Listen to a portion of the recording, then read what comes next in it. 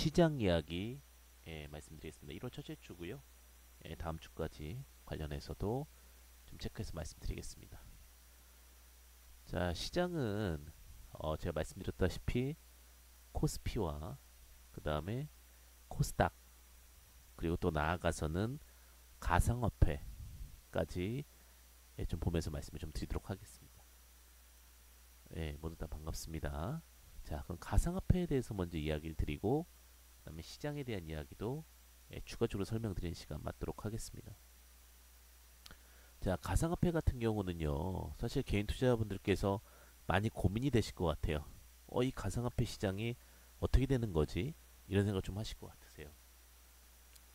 왜냐면, 아니, 새해 초부터 시장이 좋아진다라고 하고, 가상화폐 시장도 좋아진다고 하는데, 좀 고민이 많이 되실 것 같은데, 가상화폐에서 이제 우리가 많이 얘기하는 시총 3대 코인이 있습니다. 그걸 우리는 이제 중심적으로 많이 보셔야 될 것 같은데, 개인 투자자분들께서는 그 코인에 대해서는 사실 모르셔도 상관은 없지만, 알고 있으면은 어느 정도 중심을 잡으시는 게 굉장히 좋습니다. 자, 가상화폐 시총이 가장 높은 그 섹터가요, 비트코인입니다. 그래서 비트코인 같은 경우가 이제 가상화폐 가격에서는 가장 큰 영향을 미친다라고 보시면 될 것 같고요. 자, 비트코인 같은 경우 시총이 지금 현재 뭐 한 950조 정도 됩니다. 950조 정도 되고 있기 때문에 이 비트코인은 의미적으로 상징적으로 어떤 부분을 봤냐면 제가 예전에 삼성전자 500조에 대한 얘기 드렸듯이 비트코인은 1000조라는 부분에 의미를 좀 갖고 있다라고 보시면 될 것 같습니다. 이것도 상징적인 의미를 가지면서 시장에 대한 이슈나 이야기들에 대해서 좀 포인트적으로 잡힐 수가 있는데 그러다 보니까 한 900조 밑으로 벗어나게 되면 10% 이상 간격이 벗어나게 되면 좀 다소 부담스러움을 느끼는 것도 사실입니다. 그러니까 결국은 1000조와 950조 요 사이에서의 움직임들에 대한 포인트들을 좀 보셔야 되지 않을까라는 생각이 드는데 자, 지금 만약에 벗어난다라고 했을 경우에 이제 900조까지는 만약에 하락을 할 수 있다라고 보실 수도 있겠죠. 그럼 지금 한 7, 8% 정도? 그러니까 현재 5,100만 원에서 한 4,500만 원이면 10%이기 때문에 제가 볼 때는 한 250만 원 빠진다라고 했을 경우에 한 4,800만 원 정도가 저점일 가능성이 크다라고 봅니다. 뭐 비트코인 더 빠질 수도 있겠지만 일단은 그렇게 되면 이제 비트코인으로서의 가치가 많이 없어지는 그런 부분이 기준이 될 수 있기 때문에 그런 부분을 보고 있으면서 가상화폐의 어떠한 그 큰 어떠한 매기세들에 대한 부분들은 좀 중심을 잡아가지 않을까라는 생각이 들어요. 그리고 이제 비트코인이 이제 그 가격에서 유지를 하면서 지금 최근에 이번 주말도 마찬가지겠지만 좀 어느 정도 가격세를 유지를 해줬거든요. 그러면서 이제 그 시세에 대한 부분들을 좀 잡아주는 것이 이더리움이에요. 뭐냐면 비트코인이 이제 950조 정도 잡아줬는데 이더리움이 약 지금 어, 450조 정도 합니다. 한 450조 정도 하고요. 거의 비슷하게 움직이죠. 뭔가 좀 희한하죠, 그죠? 그리고 여기 한 500조 정도 돼요. 이더리움은 500조 정도 된다고 보시면 될 것 같고 요게 지금 현재 주가 기준으로 386만 원 정도 이더리움이 되게 되는데 이것도 이제 10%더 빠지게 되면 리스크할 수 있겠죠. 그래서 한 350만 원 정도면은 더 빠지기는 다소 어렵지 않을까. 그러니까 이제 원점적으로 돌아오는 관계예요. 그죠? 근데 이제 비트코인이나 이더리움은 어떠한 큰 시세를 발현하기보다는 제가 같은 가상화폐 이야기 드리려고 하는 게 아니라 어느 정도 이제 구조 상황에 대한 부분도 좀 말씀드리려고 하는 거예요. 그러다 보니까 이제 어느 정도 이런 쪽에서 좀 하락세가 멈춰지는 과정이 만들어지고 있는 거고요. 그 다음에 이제 비트코인과 이더리움이까지는 아는데 사람들이 모르는 3대 코인이 있습니다. 시총을 많이 잡고 있는. 그게 뭐냐면 바이낸스 코인이라고 있어요. 그러니까 우리 바이낸스라고 하면 이제 상장되어 있는 곳이라고 보시면 될 것 같은데 바이낸스 코인 같은 경우 우리가 이제 얘기하고 있는 업비트 뭐 이런 것처럼 바이낸스 이런 게 있습니다. 거래소라고 보시면 될 것 같은데 요게 지금 요게 좀 많이 빠졌어요. 사실은 86조 정도가 시총을 형성하고 있고요. 요게 지금 우리나라의 SK하이닉스 정도 되는 기업이라고 시총이라고 보시면 되겠죠. 100조 정도의 코인을 만들고 있습니다. 그래서 우리나라에서 이제 이 대한 전 세계 3대 코인이 비트코인, 이더리움, 바이낸스. 여기 이제 3대 코인이라고 우리가 많이 부릅니다. 그 다음에 이걸 통해서 우리가 제가 뭐 코인을 보자는 얘기 아니라 주식적인 부분을 보려고 그러는 겁니다. 그리고 여기서 이제 우리나라에서 이제 좀 핫한 코인이 하나가 있는데, 굉장히 좀 뛰어난 코인이에요. 거의 바이낸스 코인과 비교가 되고 있는 코인입니다. 우리나라 코인입니다. 루나 코인이라고 있습니다. 예. 현재 이 루나 코인이 31조 정도의 시장을 형성하고 있습니다. 자, 그러면 지금 밴딩 상황으로 봤을 때 전체 코인에 대한 낙폭이 이제는 10% 이상의 하락이 나오기는 어려운 국면이 됐어요.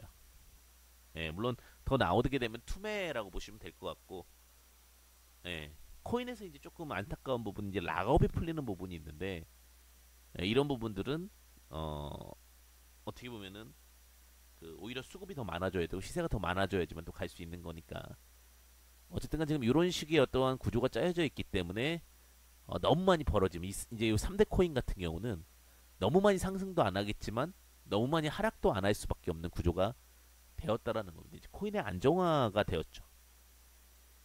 네. 그러면서 이 코인들이 코인 시장에 대한 부분들이 어느 정도 이제 안정화되면서 무슨 이야기가 나오기 시작을 했냐면 NFT라는 이야기가 좀 나오기 시작합니다. 이제 그 코인을 어떻게 쓸 수 있을까라는 질문에 대해서 확고한 답을 준 거죠. NFT라는 것은. 근데 지금 NFT 시장이요, 어마어마하게 커지고 있습니다. 그냥 커지는 게 아니라 실내로 게임에서는 어떠한 NFT가 있냐면, 우리가 게임을 하기 위해서 혹은 속도를 올리기 위해서는 이 아이템을 들고 있으면 속도가 막 올라가요. 레벨을 빨리 시키거나 아니면 우승할 가능성을 높이거나 확률 높이는 이 아이템을 처음에는 이걸 NFT를 600만 원에 팝니다. 500만 원에도 팔고요. 근데 이 500만 원에 팔고 600만 원에 파는 게 1000만 원까지 팔리는 거예요. 그럼 어떻게 되는 거예요? 이게 정말 이 아이템이 있어야지만 승급이 될 수도 있고 또 돈을 벌 수 있으면 이 NFT의 요 본질의 가치는 무궁무진하게 올라갑니다. 무궁무진하게. 예, 그런 부분들이 우리가 좀 주목해 봐야 될 핵심 사항점이다 라고 보시면 될 것 같아요. 그래서 이제 여러 가지 부분들이 새로운 시장들이 만들어지고 있고 새로운 구조가 만들어지고 있습니다. 제 이야기를 먼저 말씀드리는 건 뭐냐면, 아마 이제 개인 투자자분들께서는 조금 당황스러웠던 부분이, 우리가 이제 대한민국에서 가장 핫한 종목이 사실은 위메이드잖아요, 그죠? 예, 위메이드가 큰 상승과 큰 하락을 반복하게 되면서 시장이 위기인 건가 기회인 건가에 대한 고민을 많이 하셨을 것 같아서, 예, 벌써 또 시장은 무너지는 거냐 아니면 시장 다시 또 살아나는 거냐, 이거에 대한 부분인데, 일단 하락폭이 이제는 어느 정도는 잠겨 내려가, 그러니까 어느 정도 하단을 막을 수가 있는 상황이 됐고 상단에 대한 기회를 가져올 수 있는 상황이 됐기 때문에 오히려 위기보다는 기회의 국면에 서 있는 가능성이 더 높다라고 이야기를 좀 드릴 수 있을 것 같습니다. 자, 이게 이제 단순히 주시장만 이해해서도 안 되고요. 다양한 부분들을 면면히 살펴봐야지만 정확한 투자와 로직이 만들어질 수가 있습니다. 자, 그래서 이제 종목적인 부분들을 좀 본다면, 이게 시장에서 지금은 위메이드를 보는 것이 가장 시장 친화적인 부분이기 때문에 보시면, 자, 위메이드가 굉장히 큰 약세 흐름을 좀 보였습니다. 뭐 많은 이야기들이 있어요. 그러니까 위메이드를 단적으로 보는 건 어떻게 보면 시장이 가장 지금은 민감한 종목이다 보니 그와 관련해서 말씀드리는 거고요. 지금 25만 원까지 움직였다가, 그죠? 주가가 내려와서 14만 원, 15만 원까지 빠졌으면서 고점 하락이 만들어졌죠. 근데 여기서 이제 우려감을 주는 척하다가 막판에 당겼습니다. 그죠? 근데 당긴 폭이 생각보다 컸습니다. 자, 그럼 이렇게 하락을 한 이유는 뭘까요?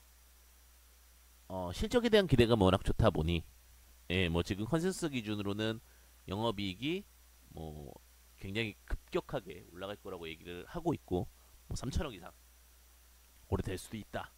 뭐 100개 이상의 게임이 나올 수 있기 때문에 그거에 대한 기대감이 있다. 근데 위메이드만 제가 말씀드리는 건 아닙니다. 전적으로 모든 게임주들에 대한 강세 흐름들이 만들어질 수 있는 가능성이 있기 때문에 그 부분에서 이제 말씀을 드리는 거고, 아니나 다를까 이제 시간의 단위가를 본다 하더라도 오히려 시간에도 10만 2,600원으로 움직였습니다. 그러면 이게 단순히 단순 박자로 움직이는 것은 아니라는 거죠. 예, 시장 자체는 결국은 새로운 그림들 또 새로운 판이 짜여지는 이런 신사업들, 파이가 커지는 사업에서 성장성에 대한 기대치들을 굉장히 많이 보고 있다라는 겁니다. 그래서 시장이 지금 제가 이제 그런 말씀을 드렸던 것 같아요. 코스피가 너무 큰 하락도 두려워하지 말고 또 너무 큰 상승도 기뻐하지 말라라는 얘기 드렸어요. 자, 고점은 떨어지고 있다라고 얘기는 드렸지만 하방을 막아줄 수 있는 힘들이 나온다라고 말씀을 드렸죠. 하방이 막히는 거죠. 또 그저께까지만 해도 시장 무너지는 거 아니야, 시장 박살나는 거 아니야, 다들 이렇게 생각했지만 또 시장이 올라가죠. 지금 제가 말씀드렸던 부분이 거의 기본적인 구조상에서는 맞지 않을까 이렇게 생각이 듭니다. 그래서 패턴적으로는 지금 이런 식으로 좀 나오고 있고, 자, 코스닥 기준으로 보더라도 코스닥 같은 경우도 지금 오히려 코스피보다 더 셉니다. 예, 안정적인 흐름을 좀 보여주고 있는 모습이 아닌가라는 생각이 듭니다. 그러다 보니까 우리가 이제 선택과 집중에 대한 이야기들을 계속해서 많이 말씀을 드리는 거죠. 정말 선택을 잘 해야 되고, 그 다음에 거기서 이제 집중을 해야 되는 부분이 되는 건데, 자, 지금 결론적으로는 시장 자체는 하방이 좀씩 닫혀가는 구조라고 말씀을 드렸었죠. 상방도 닫히는 구조이기 때문에 성장할 수 있는 산업 스토리들, 성장할 수 있는 스토리와 힘이 있는 섹터들에 대한 그림들을 주목해 봐야 되는 것이 현실적인 투자법이 아닐까라는 생각이 듭니다. 그래서 제가 그때도 말씀드렸지만, 항상 또 말씀드리는 부분이지만, 자, 제가 주목해 보아야 될 섹터가 있다라고 말씀을 드렸어요. 첫 번째는 P2E에서 P&E로 바뀌었다라고 그랬죠. Place to Earn, 즉 돈을 벌기 위해서 게임을 해라. 근데 여기서 조금 더 진행된 게 P&E, 그죠? 놀기도 하고 그 다음에 돈도 벌게 해라.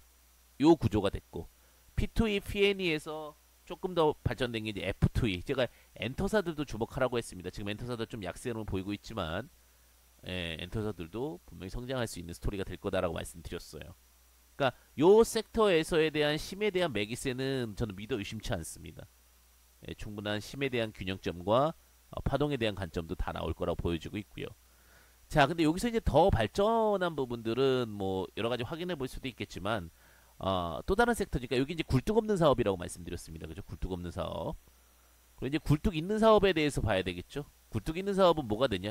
여기는 저 P2E에 P&E도 있지만 여기 NFT가 되고, NFT에는 이제 그림 경매라든지 이런 것들까지 더 확장해서 볼 수는 있습니다.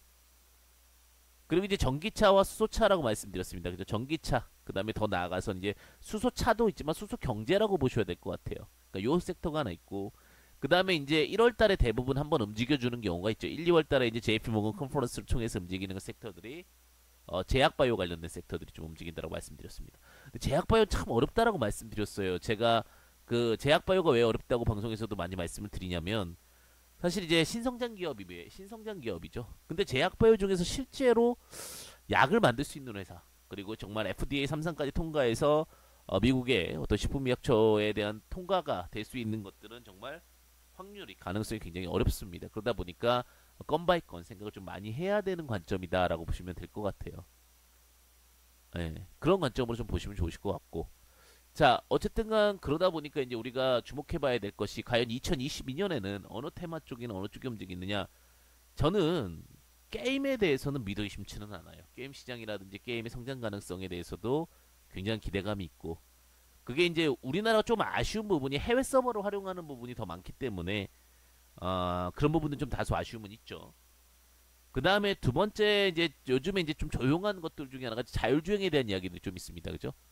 예, 자율주행에 대한 부분들도 분명히 우리가 주목해 보셔야 되지 않을까, 이렇게 말씀드릴게요. 왜냐면 자율주행 섹터를 요즘에 이제 좀 간과하고 있는데, 이 부분 제가 그런 얘기를 드렸던 것 같아요. 뭐 전체적인 구조 상황에서 올해 그 방산 쪽을 보셔야 된다. 아마 제 방송을 꾸준히 보신 분들은 아시겠지만 제가 방산 얘기를 많이 드렸어요. 어느 누구도 이제 방산 쪽에 대한 이야기들을 많이 언급을 안 드렸을 때, 방산 쪽이, 왜냐면 호주 쪽이랑 싱가포르 쪽에서 투자가 들어오기 때문에 방산 쪽을 키울 수밖에 없다는 얘기를 좀 많이 드렸던 것 같아요.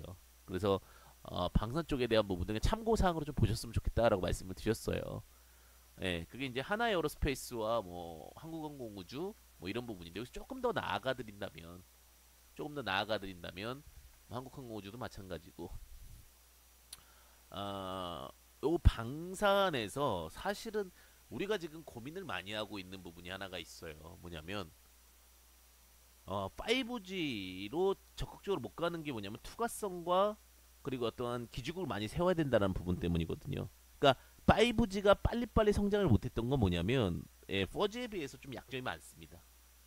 그리고 그 기지국에 대한 인프라와 그리고 활용 가능성, 활용성에 대한 부분들이 고심과 고민이 되게 많기 때문에 오히려 지금 그 테슬라에서 이제 얘기하고 있는 인공위성 있잖아요. 테슬라 인공위성. 테슬라에서 얘기하고 있는 이런 인공위성이라든지 이런 부분을 활용해서 6G로 넘어가는 것도 하나의 방법이 될 수 있다라는 거죠. 그런 대안에 대한 부분들도 분명히 좀 고민해 볼 수 있는 관점이기 때문에 그런 것도 고민해 보셔야 돼요. 그죠? 세상이 어떻게 변할 것인가. 단순히 다른 사람들이 5G로 간다고 할 때 한 번 더 생각을 해서 그게 좀 어려우면 인공위성을 띄워서 오히려 조금 더 활용적으로 갈 수 있을까. 거기서 이제 되는 게 자율주행과 플라잉카입니다. 예, 우리가 이제 제5원소라는 영화를 보게 되면 그 5원소에서는 굉장히 이제 뭐 플라잉카라든지 이런 다양한 이야기들과 이슈들이 있었죠. 그러니까 그런 것까지 확장해 보면 참 좋습니다. 그리고 이제 그러한 시장들이 발전했을 때 우리가 또 시장을 또 어떻게 볼 수 있을 것인가에 대한 부분들도 사실 또 고민하고 또 생각해 봐야 될 문제인 것 같고요. 자, 그러면서 우리가 이제 조금 더 고민을 해보면 어, 종목적인 부분들, 뭐 패턴적인 부분들, 뭐 굉장히 많은 이야기들이 있을 수 있겠지만 요즘에 이제 움직이는 것들이 로봇주들이 좀 움직였어요, 그죠? 대기업들이 로봇주들에 대한 투자가 있을 거다라는 얘기가 있었는데 참 조심스러워요, 그죠? 로봇주들을 쫓아 들어간다라는 것 자체는 로봇주들도 실적이 안 나와요. 왜 게임주가 무서운 거냐면 게임주는 이제 실적이 나오기 시작하는 기업들이 많이 발생을 했다는 거고 로봇주들은 오히려 제가 봤을 때는 물론 잘 가길 바라지만 번외적으로 갈 게 없다 보니까 순환매적으로 움직였어요. 무슨 말이냐면 조그만 종목들이 움직였다라는 거죠. 조그만 종목이 움직였다는 게 뭐예요? 저번 주 시장이 안 좋다 보니까 광진 실업이라든지 좀 작은 시총이 작은 종목들 있죠. 뭐 500억 안쪽에 그런 종목들이 움직이거나 아니면은 아예 소외되었던 로봇주들이 항상 엄청 소외되었잖아요. 시간 기준으로. 그러다 보니까 그쪽으로 돈이 몰렸던 건데 그것이 사실은 언제까지 갈 수 있느냐에 대한 부분이죠. 실적 없이 꿈만 갖고 가는 거는 무리수가 있고 혹은 아니면 계속해서 스토리가 만들어져야 돼요. 그러니까 대기업이 이슈가 있으면 그 다음 스토리, 그 다음 스토리, 그럼 실적이 없다 하더라도 꿈을 안고 갈 수 있습니다. 사실 우리가 자이언트 스텝이라든지 이런 부분들 보시게 되면 정말 꿈만 갖고 가는 기업이죠. 아직은 실적적인 부분들이 안 나오고 있지만 시총이 한 1조 3천억 정도의 대규모 실적을 좀 만들어내고 있어요. 그러니까 자꾸 실적 하는데 결국 실적도 중요하지만 그 꿈을 연달아서 갈 수 있다라면 그것 또한 굉장히 시장에서는 핫하게 두각받을 수 있다라는 겁니다. 그러니까 우리가 또 생각해야 될 부분이죠. 어떤 부분에서 만약 위즈웍 스튜디오 같은 경우도 마찬가지인데 어떠한 부분을 포커싱 맞춰서 시장이 움직이냐. 위즈웍 스튜디오 1조 5천억까지 갔습니다. 실적은 거의 뭐 없습니다. 그러니까 그런 부분들 관점으로 봤을 땐 또 다른 어떤 케이스들이 나올 수 있고요. 그런데 요즘에 우리나라 증시가 조금 돈이 없다라고 생각하는 경우가 발생되지 않나요? 그러니까 제가 한 1월 중순까지는 좀 조심스럽게 보자라고 했던 게 제가 그 LG화학이나 물적 분할 때문에 그래요.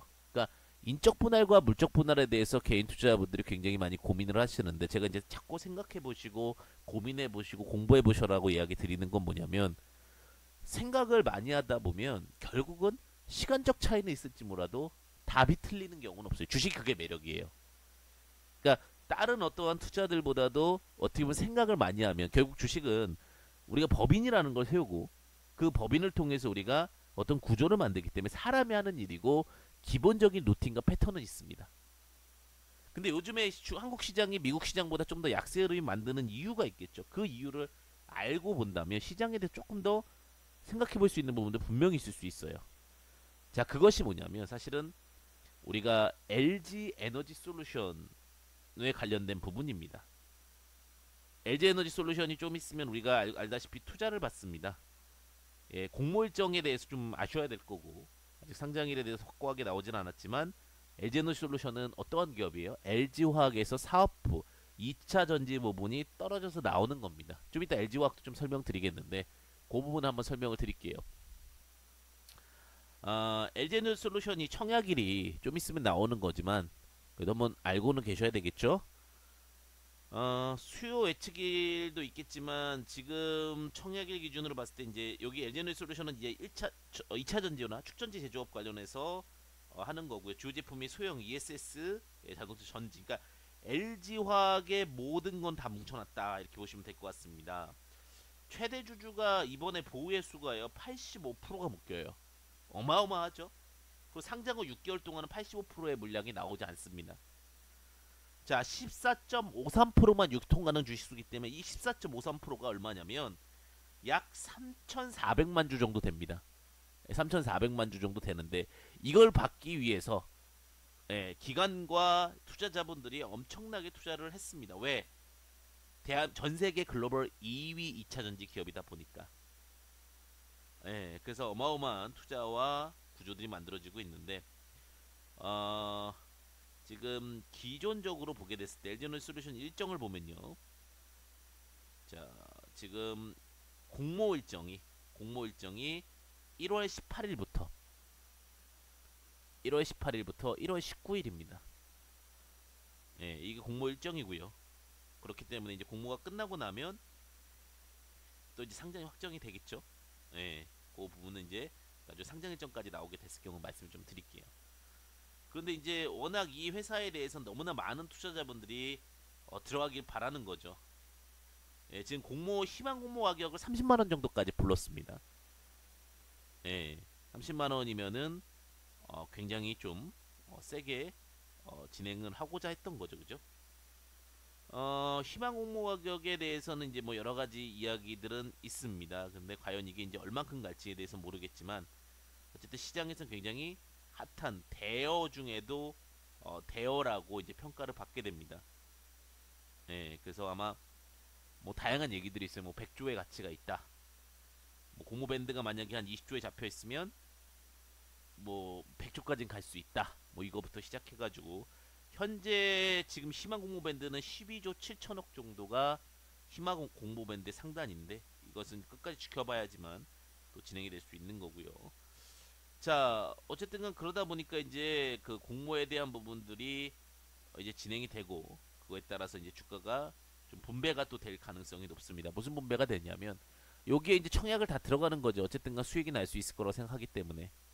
그럼 이제 뭐 1월 말 정도 됐을 경우 1월 20일, 30일, 뭐 21일 때 넘어가면은 이게 다시 이제 청약을 실패하면 돈이 나오겠죠. 그러면서 이 돈이 다시 한국 시장에 풀릴 겁니다. IPO 대여 중에 대여입니다. 근데 사실 이 부분이 건 바이 건이 될 수도 있어요. 건 바이 건. 우리가 여기서 이제 또 좀 고민해 보셔야 될 게 그러면 이제 가끔 저한테 질문 주시는 게 뭐냐면 LG화학은 어떻게 돼요? 라고 이렇게 질문을 주시더라고요. LG화학은 어떻게 돼요? LG화학 잘 갔죠. 72만 원까지. 근데 쉽지만은 않을 것 같아요. 이제 LG화학 같은 경우 저는 이제 이 자리 정도 부근에서는 참 많은 고민을 해야 되는 자리가 아닐까라고 생각이 드는 게 이제 50초까지 왔습니다. 사실 삼성 SDI가 2차 이제 대장주로 바뀌었죠. 이제 삼성 SDI가 다시 밀리고 LG화학이 대장 역할을 하게 됐는데 사실 물적 분할에 대한 부분이 좀 아쉬워요. 예. 아니, 물적 분할은 뭐고 인적 분할은 뭐냐 이렇게 얘기를 하실 수 있는데 우리나라 같은 경우는 이게 물적 분할이라는 게 있거든요. 그게 만약에 LG화학이 있으면 이건 이제 투자 팁으로도 알고 계시면 좋으세요. 이 이쪽 LG 에너지 솔루션이 이렇게도 갈 수 있고요. 이렇게도 갈 수 있어요. 위로도 옆으로도 갈 수도 있고 아래로도 갈 수도 있습니다. 자, LG화학이 LG 에너지 솔루션과 인적 분할을 하게 되면요. 이 LG화학을 들고 있던 주주는요. 만약 예를 들면은 100조의 가치에 LG화학이 주식을 갖고 있었으면 이를 7대3의 비율로 하면 70대 30으로 나눠갖게 됩니다. 그러니까 결국은 이 기존 주주들은 LG 에너지 솔루션이라는 부분을 인적 분할하게 됐을 경우에 같은 주식을 갖고 있기 때문에 소외되지 않아요. 예전에 솔브레인 홀딩스와 솔브레인이 쪼개졌을 때는 굉장히 솔브레인 쪽의 주가가 좀 움직이고 홀딩스도 나쁘지 않았기 때문에 기존 주주들이 나쁜 상황은 아니었습니다. 그리고 이제 중요한 거는 신사업부를 할 때는 그 가장 핵심 사업부를 떼놓습니다. 그러니까 가장 두각을 받을 수 있는 부분이 띄어지기 때문에 이 부분은 좀 이렇게 진행이 될 수 있는데 이 물적 분할은 뭐냐면 LG화학의 주식을 갖고 있기 때문에 이 LG에너지 솔루션 물적 사물이란 얘기잖아요, 그죠? 물적 분할을 통해서 이렇게 분할을 해버리면 어떻게 되냐면 구조 자체가 LG에너지솔루션 이렇게 쪼개져 나온다라는 거죠. 그럼 무슨 문제가 생겨요? 예, 내가 LG화학 주식을 갖고 있다라고 전제했을 경우에 이제는 간접적으로 갖게 되는 거죠. 연결재무제표상에서 문제는 없습니다. 근데 이 물적 분할도 사실 연결재무제표상에 지분 100%로 잡히게 되면 문제가 없지만 일반적으로 인적 분할은 쪼가고 나면 상장이 둘 다 됩니다. 근데 물적 분할은 쪼개고 나면 LG에너지솔루션에서 원래 상장이 안 돼요. 그러니까 자동 상장이 아니란 말이에요. 근데 이게 만약에 LG화학이라는 것과 LG에너지솔루션이 같이 상장을 하게 된다면, 그러니까 여기서 LG에너지솔루션은 상장 추진하는 거잖아요. 사람은 선택의 역할이 생깁니다. 그게 무엇이냐면 내가 LG화학을 들어갈까 LG에너지 새로운 수급에 대해서 새로운 투자자들은 어떤 걸 할지 고민을 하게 돼요. 그러면 어떻게 될까요? 본 사업에도 두각을 받기 때문에 이 종목보다는 이 종목에 대한 우호성이 높아지는 거죠. 그래서 물적 분할한 종목이 특히 사업부가 분할하면 LG화학은 LG화학은 기본적인 사업을 갖고 있지만 LG에너지솔루션을 분할하게 되면 이 수급이 다 일로 가겠죠. 그렇기 때문에 일반적으로는 조금씩 이 종목이 뭐 저평가를 받는다 하더라도 소외받는 경우들이 많기 때문에 왜 이쪽으로 다 몰릴 거 아니에요. 어쨌든가 우리가 가장 지금 시장에서 핫하다라고 보는 것은 2차전지 본사업에 대한 구조이기 때문에 그러니까 이러한 패턴들과 구조와 생각도 충분히 해보시는 것도 좋으세요.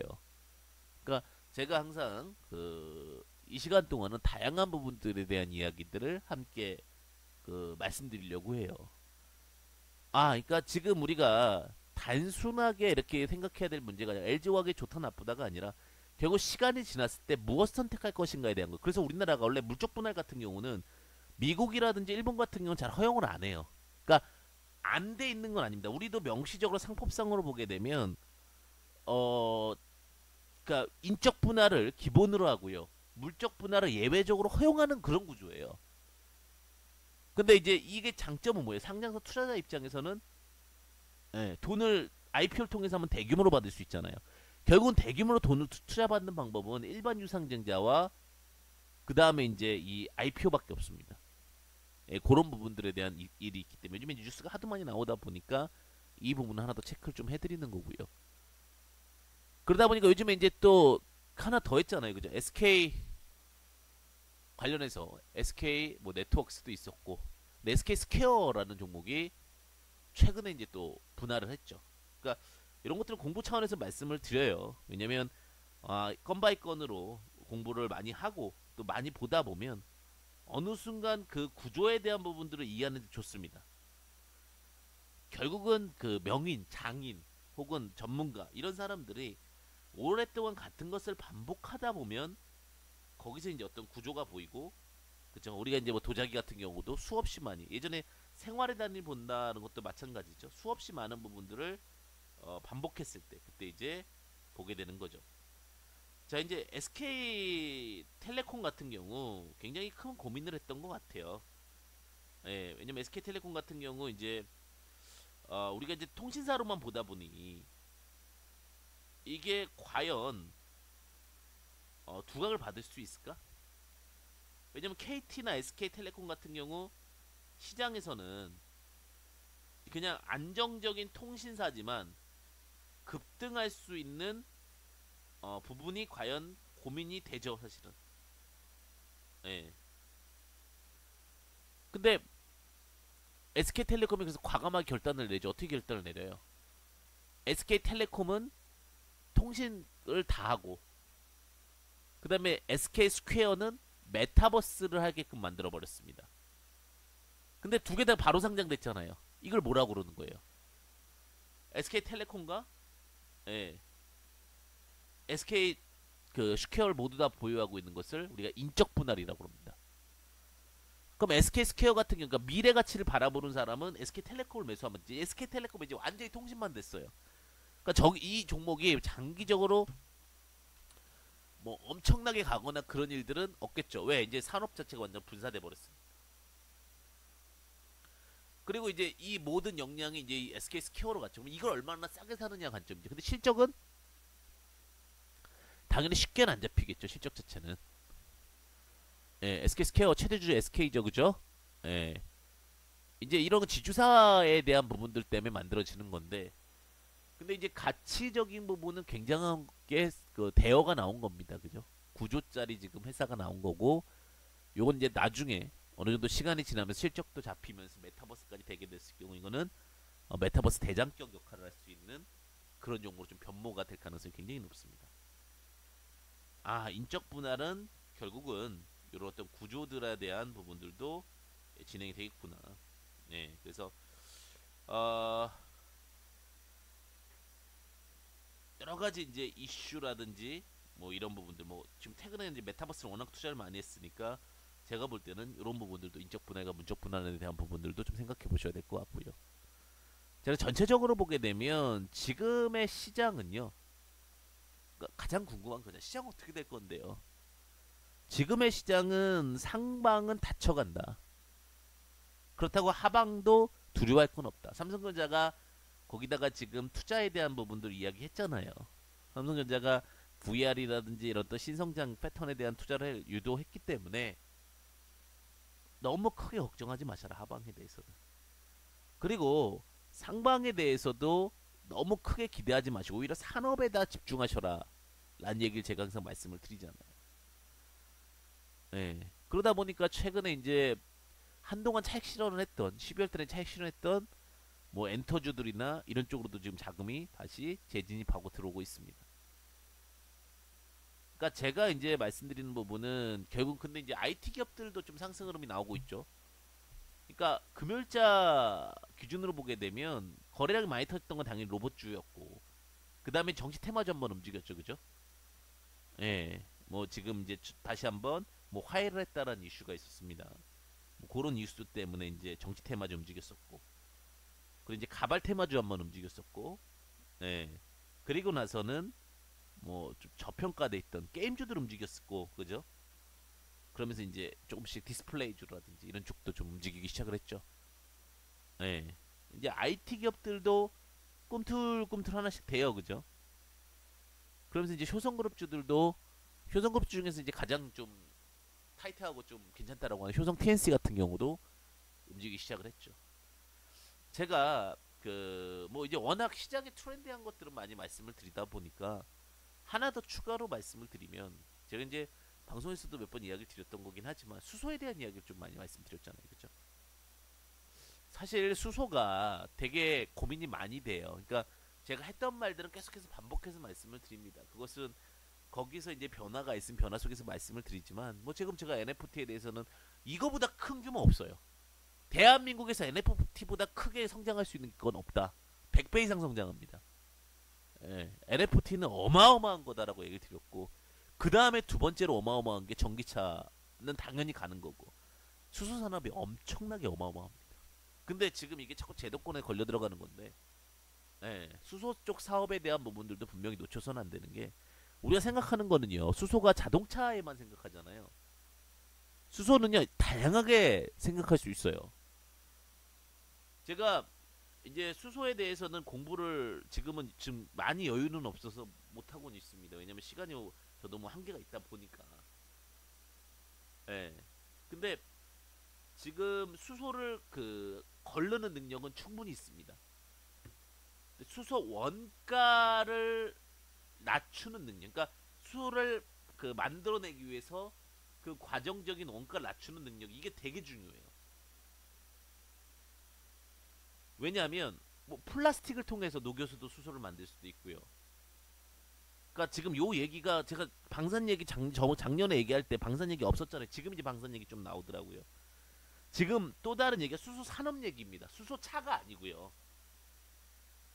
수소 산업 얘기가 있는데 뭐 지금 수소법이 통과돼도 뭐 산 넘어 산이다 뭐 이런 얘기들 나오고 있는데 만약에요 누군가가요 수소를 싸게 얻을 수 있는 논리만 갖고 온다면 수소는요 어마어마한 효율성을 가질 수 있는 에너지입니다. 지금 그 부분을 수없이 도전하고 있고요. 이걸 누군가가 결국은 이게 진행이 되겠죠. 전기차가 안 된다 하더라도 결국은 수소가 진행이 됐으니까, 만약 전기차가 진행이 됐으니까. 그래서 이제 수소 산업 관련돼서는 제가 볼 때는 굉장한 변화가 좀 있지 않을까. 예. 그래서 제가 이제 많은 분들에게는 그 이야기를 드리지만 다양한 부분들, 네, 또 다양한 고민들을 좀 해보시면 좋지 않을까. 예. 특히 이제 수소 관련해서는 그 지금 대장격은 사실은 뭐 많은 분들이 얘기하지만 전 두산그룹이라고 봐요. 예. 예, 두산그룹이 가장 좀 많이 현실화 시켜놓지 않았나라는 생각이 드는데, 음, 두산 관련해서 두산 퓨얼셀 전지죠. 예, 두산 퓨얼셀인데 지금은 아니고요. 굳이 급하게 갈 필요는 없고. 그러니까 그냥 가끔 큰 종목 하나씩 제가 말씀드리잖아요, 그죠? 저번에 뭐 하나에어로스페이스 말씀드린 것처럼. 두산 퓨얼셀 같은 경우는 좀 장기적인 관점에서 봐야 돼요. 지금은 3점 밑으로 떨어졌으니까. 근데 이게 지금 영업이익이 예상 영업이익이 보시면은 자 봅시다. 예상 영업이익은 이렇게 누르면 나옵니다. 게임 쪽은 다 높아요. 여기 연간 보시면은 이제 올해 239억 작년이죠. 작년에 이제 왜냐면 3월 결산으로 나오기 때문에 239억 정도 나온단 말이에요. 2023년 정도 그러니까 3년 차를 잡으면 한 1000억 정도 잡혀요. 그죠? 그럼 1094억이라고 하면 1000억에다가 곱하기 30 빼면 3조 정도 잡힌다는 얘기예요. 그러니까 3조 위로는 모른다는 얘기예요, 아직은. 그러니까 3조까지는 주가가 올라갈 수 있다는 건데 지금 현재 시총이 지금 한 2조 8천억 정도 되죠. 그러면은 2조 5천억 밑에서 2조에서 2조 5천억 밑에 산다면 크게 손해 볼 일은 없어요, 이 종목 같은 경우. 예. 왜냐면 대장격 두산 퓨얼셀이 되고 있으니까. 왜냐면 제가 가끔 그러니까 좀 장기적으로 볼 수 있는 것들에 대해서 가끔 공부하시라고 말씀을 드립니다. 자, 게임주들은 위메이드만 볼 필요가 없지만 다양하게 보면 게임주들은 엄청나게 실적 올라가요. 그러니까 이렇게 된다니까요. 작년도에 위메이드 같은 경우 2018년도에 마이너스 362억이었고 2019년도에 마이너스 93억이었고 2020년도에 마이너스 128억이었습니다. 이 종목이요 완전히 망한다는 소리 들렸던 종목이에요. 자, 바로 1,500억 턴어라운드하고 지금 2022년도에 3천억 정도 잡죠. 자, 4천억 잡혀 있습니다. 자, 4천억이면요 지금 30배를 하게 되면 아까 전에 이제 12조까지도 가능해요. 지금 5조니까 다시 주가 반등 나오면서 주가 반등 나온 거죠. 자, 근데 얘네들만 이러는 게 아니라 위메이드만 이러는 게 아니라 대부분의 종목들이 실적 턴어라운드. 그러니까 제가 큰 거로만 말씀드려요. 작은 것들은 잘 갈 수 있는 종목들 분명히 있지만 그거는 개별적인 거니까 7,700억에서 1조 6천억 게임주든 다 찍으면 다 올라갑니다. 실적적인 부분들이 이건 산업 자체가 성장한다는 얘기잖아요. 근데 하나솔루션 수소차도 보시게 되면 수소차 같은 경우도 지금 실적적인 부분들이 하나솔루션 같은 경우도 올라가기 시작하죠. 근데 하나솔루션이 지금 6조 5천억 정도 됩니다. 두산솔루션이 아까 두산 퓨얼셀이 지금 한 3조 정도 되죠. 자, 2023년에 한 1094억 정도 됩니다. 그죠? 하나솔루션이 1조 1000억 정도 됩니다. 근데 그럼 왜 하나솔루션은 왜 두산 퓨얼셀보다 훨씬 더 주가가 높은가? 하나솔루션은 두산 퓨얼셀은 수소에 특화되어 있는 거고 하나솔루션은 이것저것 다 갖고 있는 겁니다. 그죠? 그러니까 하나 케미컬 그다음에 하나 큐셀랜드 첨단 소재까지 다 갖고 있다 보니까 그 건바이 건이 좀 다른 거예요. 이런 것들도 고민해 보셔야 된다는 거예요. 우리가 이제 그 두산 기업뿐만 아니라 이제 그 제가 이제 그런 얘기 드렸었죠. 이번에 그 산업통상자원부에서 수소에 대해서 수소 기업에 대해서 다 했지만 하나는 그 외에 대한 어떤 펀더멘탈적인 부분들이 더 있었다. 그런 것들 한번 보게 되면 연결재무제표를 한번 보면 돼요. 연결재무제표를. 자, 주요 사항 공시, 정기 공시 봅시다. 뭐 정용시 같은 경우 우리가 이제 일반적으로 얘기하는 거고 사업 보고서, 분기 보고서 봅시다. 쭉 해서 선택 검색. 자, 분기 보고서 9월 달까지 나왔겠죠. 3분기까지 보시게 되면 자, 이걸 보시면은 자, 사업의 내용을 보시면 주요 제품 및 서비스가 있죠. 그러면 여기 같은 경우는 지금 케미컬 부분이 있고요. 그죠? 사업 부분이 다르잖아요. 그죠? 케미컬이라는 거는 화학적인 부분이고 그 다음에 뭐 갤러리 타임월드 유통도 있고 다양하게 있다 보니까 단순히 수소와 관련된 것만 진행할 수 없고 그러니까 다양한 사업들이 연결되어 있는 거고 그래서 시총적인 부분이 더 연결을 받은 거죠. 그러니까 단순히 그 하나의 힘으로 연결되었다라는 것은 아니다라는 겁니다.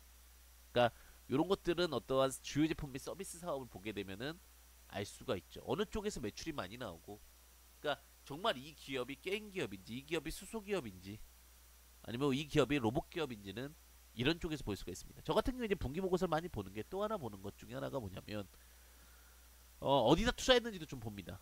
그러니까 타범위 출자라는 걸 누르면 돈은 어디다 투자했는지 나와요. 그죠? 만약 이 기업은 하나 갤러리아와 지분 100% 갖고 있고 그다음에 하나 도시개발을 100% 갖고 있고 뭐 글로벌 에셋 여천 NCC 뭐 한화 인터내셔널 뭐 코퍼레이션 그다음에 뭐 케미컬 그죠? 뭐 오버시즈 홀딩스 뭐 한주 등등등 해서 굉장히 많은 투자를 좀 해놨죠. 네, 그래서 뭐 테크노밸리 같은 경우도 좀 해놨고 복합도시개발이라든지 투자를 많이 해놓은 것들은 어디다 투자했는지는 꼭 보셔야 됩니다. 예. 그래야지 얘네가 투자한 회사들은 어떤 목적 때문에 투자하게 되는 경우들이 있기 때문에 저는 이제 나중에는 뭐 어느 곳에 투자했고 그 회사가 어떻게 또 진행되고 있는지까지 건바이건으로 보셔야 여러분들이 어떤 이 수익성 모델과 패턴성 모델을 좀 잡아낼 수 있지 않을까. 이 하나솔루션 외에도 너무나도 많아요. 사실 기업이라는 것은. 그래서 그 부분들을 또 잡아가시면 좋고요. 음, 이제 가끔 그런 부분들이 있더라고요. 그러니까 DR잼이라는 기업 하나 볼까요? 그러니까 이런 것도 좀 보시면 좋은데 분기 보고서를 볼까요? 타법인 출자 현황을 보게 되면 투자한 것이 나오는 거죠. 사실 이번에 어, 그런 거 있었잖아요. 동진세미캠 이슈도 좀 있긴 했지만 원래는 여기 다 나오게 돼 있어요. 그러니까 그 얼마 어떻게 투자했고 어떻게 나왔는지. 자, 여기 지금 보시게 되면은 DR젠 같은 경우 저번에 이제 뉴스가 나왔었는데 9월 달에 보게 되면은 삼성전자를 투자했다라는 얘기가 있었잖아요. 그죠? 삼성전자 여기 투자했었고. 예. 자, 지금 여기 수량에 대해서 체크를 해 보니까 수량이 많이 빠졌네요. 그죠?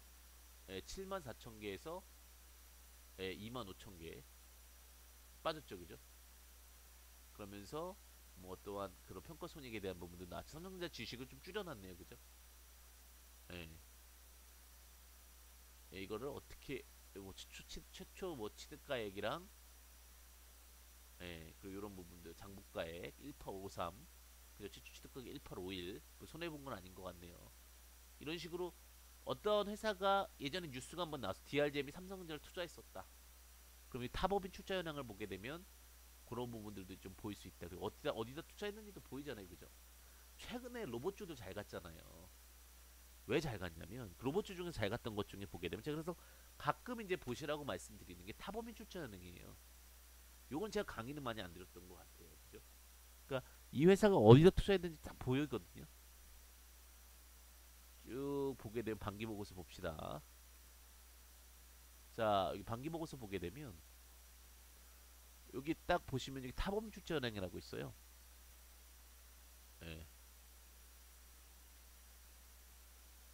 예, 타법인을 어디다 출자했는지가 나오게 되는 거죠. 그러면 여기 보시게 되면은 여기 또 로보스타 그죠? 로보스타 우리 최근에 이제 로봇 관련된 종 LG전자가 투자했다라는 것도 있지만 그 갖고 있는지 안 갖고 있는지 확인해 볼 수 있잖아요, 그죠? 상장하사인데 최초 취득 금액이 88112인데 그죠?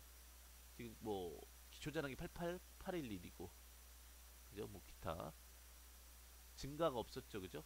그냥 그대로 갖고 있는 거잖아요, 그죠? 장부가액으로 지분율 그대로.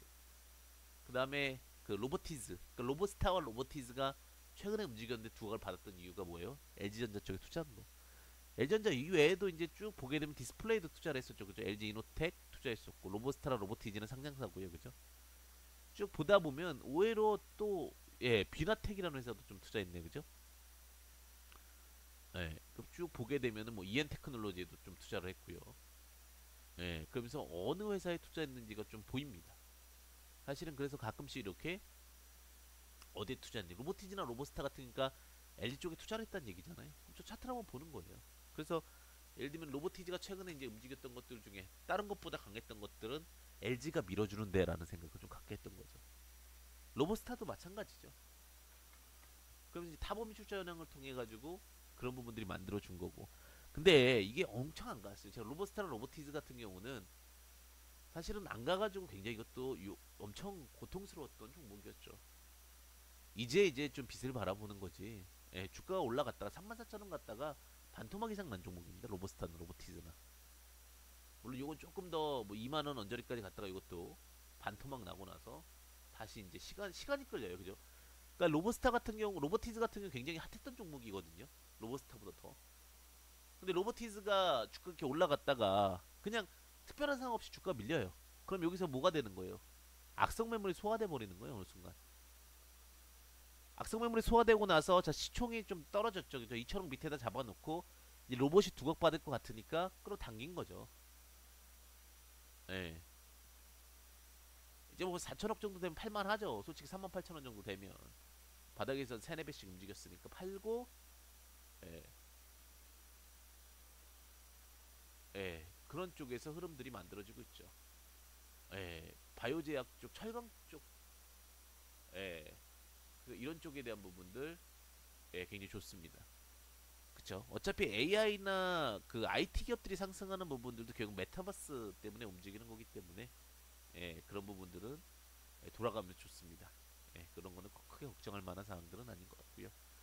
그래서 이제 이러한 어떤 구조들에 대한 부분들 특히 이제 이게 뭐냐면 OBV를 보면 아는데 OBV는 기간적으로 600기간 정도를 구간을 두고 봅니다. 600 정도 구간을 600 정도 구간을 보시게 되면은 이 구간 속에서도 그러니까 이렇게 주가가 쭉 올라가요. 내려왔다가 올라갔다가 또 투매 물량을 좀 정리하고 다시 또 이렇게 쭉 올라가게 되는데 이런 구조들이 좀 만들어지고 있다. 보시면 되실 것 같아요. 그래서 선바이건으로 시장과 회사에 대한 부분들은 예, 조금씩 이런 것들도 고민해 보셔야 되지 않을까라는 생각이 들고요. 제가 보고 있으면서도 계속해서 이제 이런저런 이야기들 계속 드리고 있는데 지금 현재 제가 말씀드렸다시피 비트코인이 한 5,184만 원 정도 되네요. 그죠? 그런 부분들도 결국은 시장에 대한 이야기가 같은 부분이지 않을까.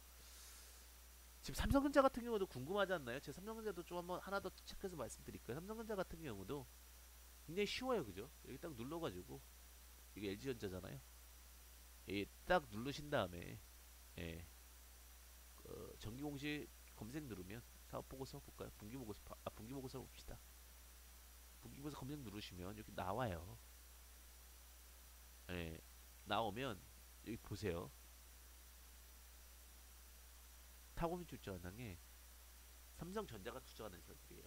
그러니까 호텔신라, 뭐 제일기획, SDS도 있는데 로직텍도 있고요, 그죠? 메디슨 같은 경우 지분 68.5%라 사실은 이거 같은 경우 메디슨은 비상장으로 투자를 많이 하시죠, 개인 투자자분들이. 삼성경제연구소도 좀 들고 있죠, 그죠? 그다음에 쭉 보시게 되면 이제 아이마켓 코리아라든지 용평 리조트 이거 상장사잖아요. 근데 최근에 이제 에이테크 솔루션 같은 경우는 많이 주목받고 있죠. 근데 이게 지금 들어가는 것보다 많이 빠졌을 때 그리고 동진 세미캠 최근에 많이 상승했던 종목이죠, 그죠? 그리고 원익 IPS, 그죠? 솔브레인, 삼성전자 같은 경우는 뉴파워 플라즈마, 그 다음에 뭐 KC텍, 에로티페큐움, FST 다 상장사잖아요, 그죠? 여기에 투자한 회사들 같은 경우는 뭔가 합작으로 같이 무언가를 하려고 지금 노력하는 부분이죠. 특히 지분율을 높이 투자한 것들은 좀 주목해봐야 됩니다. 뉴파워 플라즈마 같은 경우는 한 5% 정도 투자했지만 예를 들면은 그 8% 정도 SNS 텍 같은 거 8% 정도 했고 그다음에 동지 세미캠도 한 4.8% 정도. 근데 에이테크 솔루션은 많이 했죠. 15.9% 정도. 그죠? 한국경제신문도 좀 투자를 했습니다. 그죠? 뭐 그 기타 등등 예, 이런 것들도 공부해 볼 수 있는 부분들이죠. 그래서 우리가 종목적인 부분들을 본다 할 때는 또 대기업들이 어떻게 투자했나 제가 그 든든한 지원군이 있는 건 되게 좋다라고 그랬어요. 주식을 투자할 때 어떤 기업들이 든든한 지원군을 들고 있고 그 든든한 지원군들이 어떤 구조로 갈지는 여러분들이 항상 고민해 보시면 되지 않을까. 근데 제가 항상 상장사가 아니더라도 뒤에 영업력이 있거나 회사를 갖고 있는 기업들이 있으면 신뢰로 여기까지만 하고, 예, 그다음에 제가 이제 좀 정리해서 말씀을 드릴게요. 웬만한 강의는 좀 많이 집중해서 좀 말씀드리고 있는데, LX 세미콘이라는 기업이 있어요. 예. LX 세미콘이라는 기업은 뭐 생소해 보실 수도 있고 뭐 전혀 그냥 들어보신 기업일 수도 있을 것 같은데, LX 세미콘은요, 우리가 이제 개인 투자자분들께서 과거에 알고 있었던 기업이라고 보면 실리콘 웍스라는 종목입니다. 실리콘 웍스. 지금 이제 15만 천 원까지 갔습니다. 이게 팹리스, 팩토리 리스, 공장이 없는 기업. 이해가시죠? 자, 2만 3천 원짜리 기업이었고, 제가 이제 여기서부터 한번 봤던 종목이었는데, 여기까지 먹었다는 얘기가 아니에요. LG가 든든하게 지원을 해줬었던 기업이었고, 주가 정말 힘들게 안 갔죠. 근데 든든한 지원군은 결국은 투자가 들어오면은, 근데 투자가 들어와도 요 가지와 요 경우와 요 경우가 있어요. SM코어 이건 SK 쪽에 투자가 들어왔잖아요. 요건 잘 안 갔잖아요. 그죠? 그 중에서 뭐가 더 잘 가냐면, 계속해서 꿈을 먹고 살 수 있는 섹터들이 잘 가요. 그러니까 SM코어 같은 경우는 이제 어떻게 보면 그 중에서도 소모성 제품 혹은 어떤 컨텐츠적인 내용들이 있으면 잘 갑니다. 그러니까 팹리스라는 것은 계속해서 설계를 해주고 그림을 그려주는 거. 오히려 SM코어 같은 경우는 스마트 팩토리라 공장을 지어주는 건데, 지어주는 어떠한 그 가시적인 것도 중요하지만 어떤 컨텐츠를 제공하고 그 다음에 어떠한 부분들을 만들어내는 섹터도 든든한 지원군이 있는 것 중에서도, 그리고 그것이 소모성 제품이면 좋고, 우리가 왜 엔터라든지 왜 게임 이런 쪽에 대해서 매력을 느끼냐면 소모성이에요. 또 다른 걸 빨리 만들어낼 수 있고 그런 부분들이죠. 혹은 팹리스와 혹은 패키징, 처음과 끝에 대한 부분도 중요합니다. 그러니까 이런 부분들까지도 고민해 보시면 좋다. 자, 어쨌든 제가 이렇게까지 좀 말씀을 드렸는데, 시장에 대해서는 아직 크게 걱정할 때는 아닌 것 같고, 산업과 종목에 대해서도 지금 당장 또 다른 인기가 있다고 해서 그 인기를 지켜볼 필요는 없는 것 같아요. 인기를 쫓아갈 필요도 없는 거고, 중심을 잡고 간다면, 그 중심을 잡는다라는 것은 어떤 아집과 고집이 아니라 전체적인 시장에 대해서 흐름을 보고, 지금 내게 조금 소외받았다 하더라도 시장은 돌고 도는 거예요. 돌고 도는 과정 속에서 여러분들이 또 기회를 또 마련해 보면 좋지 않을까, 이렇게 또 생각이 듭니다. 언제나 여러분들은 성공 투자에 대한 그 지름길이라는 것은 결국은 길을 잘 찾는 것이 아닐까라는 생각이 듭니다.